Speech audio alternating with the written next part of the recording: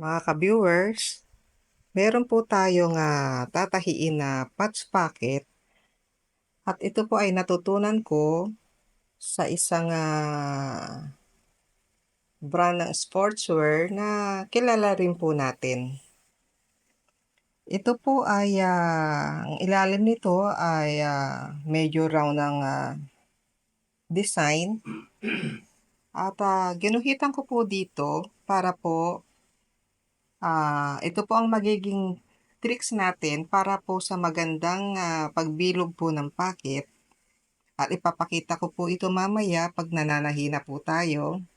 At ito po yung ordinaryong pocket na ginagamit natin sa ating mga polo. At gagawin din po natin dito yung madaling paraan para po maganda yung kalalabasan ng ating mga tinatahing pocket. Tatabasin ko lang po ito at ipapakita na sa inyo kung papaano po yung sinasabi kong madaling paraan. Ito po, naitahi ko na po ito. At nagpalit na rin po ako ng pot ng pressure foot. Yung 116 po ang gagamitin natin para mas maganda po ang pagtahi ng pocket po natin. Ito po yung sinasabi ko sa inyo na importante na ginuhit natin dahil tatahiin po natin ito ng paikot at makikita po ninyo yung aking gagawin. Ito po, itapat po natin doon sa guhit at ilayo natin ng 116. Ilagay po natin dito yung ating daliri na parang hinaharang natin at saka po natin paanda rin yung makina.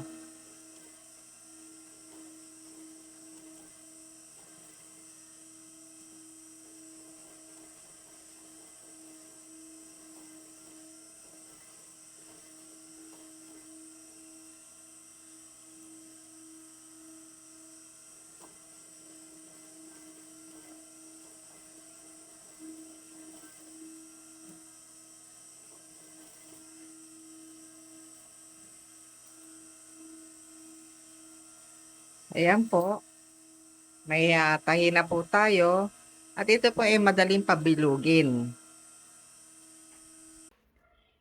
Ito po yung sinasabi ko kanina na sikreto para po mas maganda ang bilog po ng ating ilalim ng round pocket. Ito po yung tinahi natin kanina at gumupit na rin po ako ng karton na parang siya po ang pinaka-guide natin para pag pinalansya natin ay magiging hulmang-hulma po talaga yung ating bilog na patch round pocket. Ito po may papel po tayo rito. Paplansyahin ko na po ito. Ganito lang po ang gagawin natin pagplansya. Panoorin po ninyo. Inuusog po natin mabuti itong karton natin. Tapos po ay itutupi natin itong papel.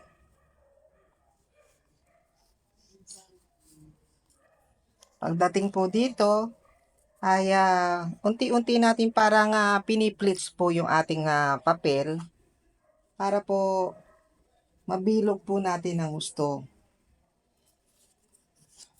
yung ating ilalim ng round pocket na tatahiin. Ganon din po ang gagawin natin dito sa kabila para piniplits din po natin.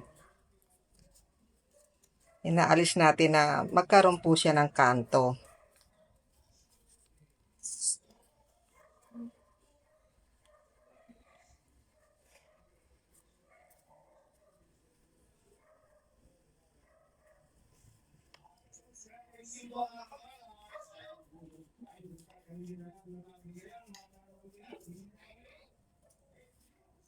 Ganyan po ang ating ginagawa sa ating pagtahi ng pocket. Tapos balik na rin natin para po mas maganda. Ganito rin po ang gagawin natin dun sa ordinary po nating pocket na pampolo.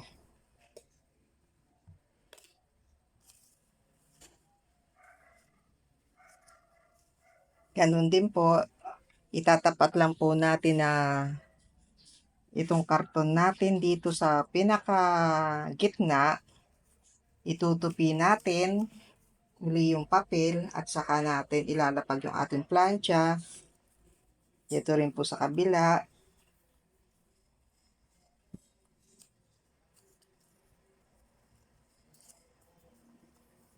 Para po hindi na kayo mahirapan sa pagtahi po ng ating packet.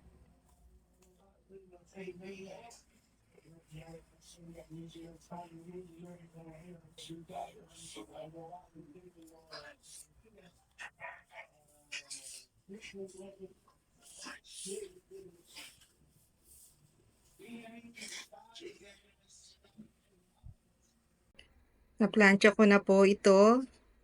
At ngayon po ay aalisin na natin sa papel para maitahi na po dun sa ating tela. Ito po yung kalalabasan niyan. At dito rin po sa ating isa pang packet. Ayan po ang magiging itsura po niya.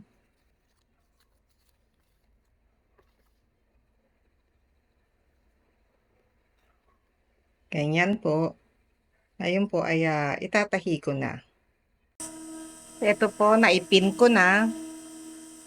At tatahiin ko na po ito ngayon.